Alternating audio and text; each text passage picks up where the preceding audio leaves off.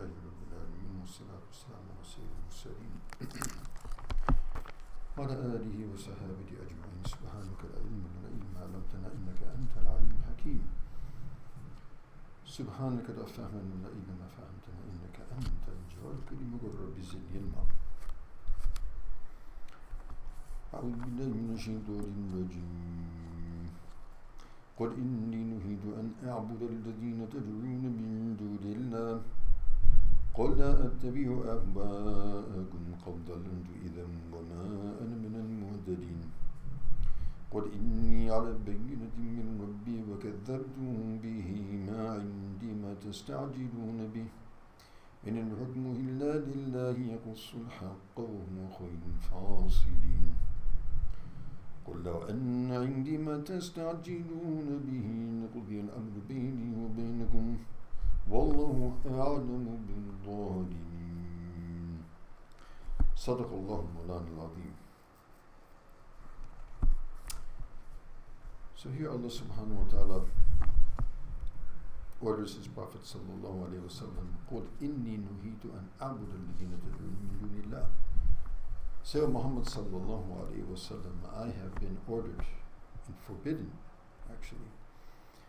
forbidden to worship and serve and surrender and subject myself to that which you have surrendered to. Abudu, as we've mentioned many times, it's not just worshiping, but the concept of being the slave and being enslaven and submitting and surrendering totally unconditionally to something or someone. And so we only do that to Allah subhanahu wa ta'ala. That's why He is Ilah. And therefore we say, La ilaha illallah. No one is worthy of that except Allah. So I have been forbidden to worship and be a slave and observe ubudiyah towards anyone that you are calling to other than Allah subhanahu wa ta'ala. Tad'una min dunillah. Those which you are calling to other than Allah, the various idols that they were worshipping and they were serving other than Allah subhanahu wa ta'ala. قُلْ لَا أَتَّبِعُ أَهْوَاكُمْ. And further enhancing that, further emphasizing that, say, I do not follow your desires. I don't follow your whims, your ancestral religion and keeping with your traditions. That's their desires. It has no basis in reality, it has no basis in truth. It's simply their desires, and your desires I'm not going to follow because it is wrong, it is far off from the truth, and moreover I have been given a total sharia and a way of life that Allah subhanahu wa ta'ala sent me directly through revelation. وَمَا أَنَا مِنَ الْمُهْتَدِينَ قَدْ ضَلَلْتُ إِذًا وَمَا أَنَا مِنَ الْمُهْتَدِينَ. And further emphasizing, if I were to follow your desires, if I were to do that, if I were to submit and succumb to your desires and your and your traditions, then definitely I would have gone astray and I would not have been among the rightly guided. قُلْ إِنِّي عَلَى بَيِّنَةٍ مِّن رَبِّي. Rather, say, I definitely am on a clear بَيِّنَةٍ مِّن أَمْرِي. I am on a clear proof from my Rabb. You are following your desires, you are following something which has no basis whatsoever in reality or in truth or without any substantiation, no dalil whatsoever. As for me, I follow what is clearly from my Lord, revelation clearly from my Lord. وَكَذَّبْتُمْ بِهِ. And you have disbelieved in it, you have denied that. So that which is no basis, you're believing in it and you're following it and you want me to follow that? No way. I'm following what is substantiated and is definitely from Allah subhanahu wa ta'ala. And whereas you have denied what is clearly truth and you are following what is clearly falsehood.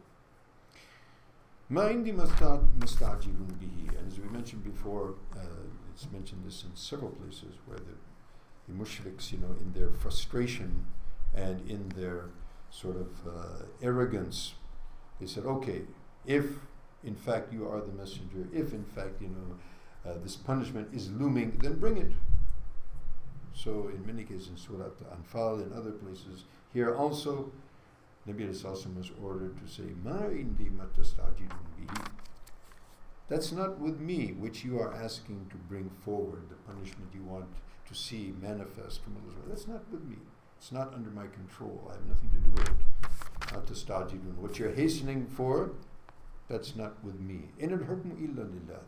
The decision in that matter, like in every other matter, is with Allah subhanahu wa ta'ala. In al-hukm illa lillah, the decision, the hukm is with Allah.